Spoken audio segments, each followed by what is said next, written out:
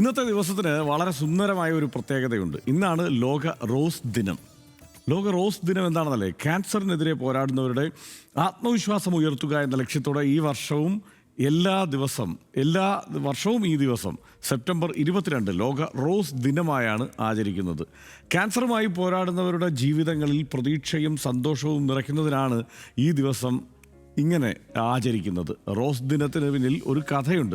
കാനഡയിലെ 12 വയസ്സുള്ള ക്യാൻസർ രോഗിയായ മെലിൻഡ റോസ് ഹൃദയസ്പർശിയായ അവളുടെ ഓർമ്മയിലാണ് റോസ് ദിനത്തിൻ്റെ തുടക്കം.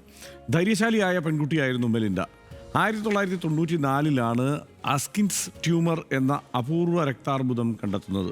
ഇനി ഏതാനും ആഴ്ചകൾ മാത്രമേ ജീവിക്കൂ എന്ന് ഡോക്ടർമാർ വിധിയെഴുതി. പക്ഷേ നിരാശപ്പെട്ടിരിക്കാൻ മെലിൻഡയ്ക്ക് മനസ്സില്ലായിരുന്നു.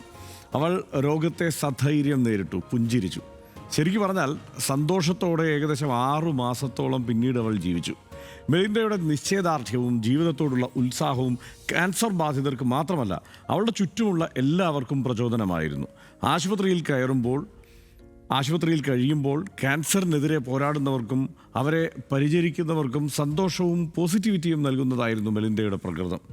ഒഴിവു സമയങ്ങളിൽ ചുറ്റുമുള്ളവർക്ക് കത്തുകളും ഇമെയിലുകളും കവിതകളുമൊക്കെ അവൾ എഴുതി.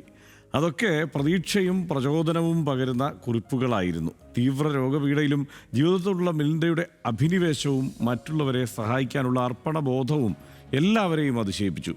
സ്നേഹത്തിൻ്റെയും സഹാനുഭൂതിയുടെയും പ്രതീക്ഷയുടെയും പ്രതീകമായി അവൾ മാറി. മെലിൻഡ റോസിൻ്റെ ഓർമ്മ ദിനമാണ് ലോകം റോസ് ഡേ ആയി കണക്കാക്കുന്നത്. ക്യാൻസർ രോഗം സ്ഥിരീകരിച്ചു കഴിയുമ്പോൾ വല്ലാതെ നെഗറ്റീവ് ആവുന്നവരാണ് പലരും, അല്ലേ?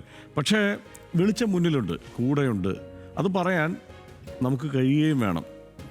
രവീന്ദ്രനാഥ് ടാഗോറിൻ്റെ ശ്രദ്ധേയമായ ഒരു വരിയുണ്ട്: പ്രഭാതം ഇരുട്ടിലായിരിക്കുമ്പോഴും പാടുന്ന പക്ഷിയാണ് വിശ്വാസം.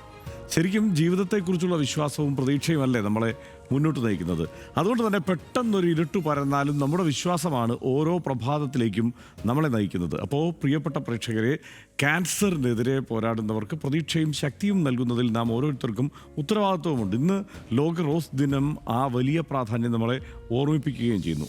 രോഗത്തെ അതിജീവിക്കുന്നവർക്ക് അതിനെ പോസിറ്റീവായി നേരിടാൻ പ്രാപ്തരാക്കുക എന്ന ലക്ഷ്യത്തോടെ, സ്നേഹത്തോടെയും അനുഭാവത്തോടെയും പ്രചോദനത്തോടും കൂടി ഈ ദിനം നമുക്ക് ഒരനുഭവമാക്കാം.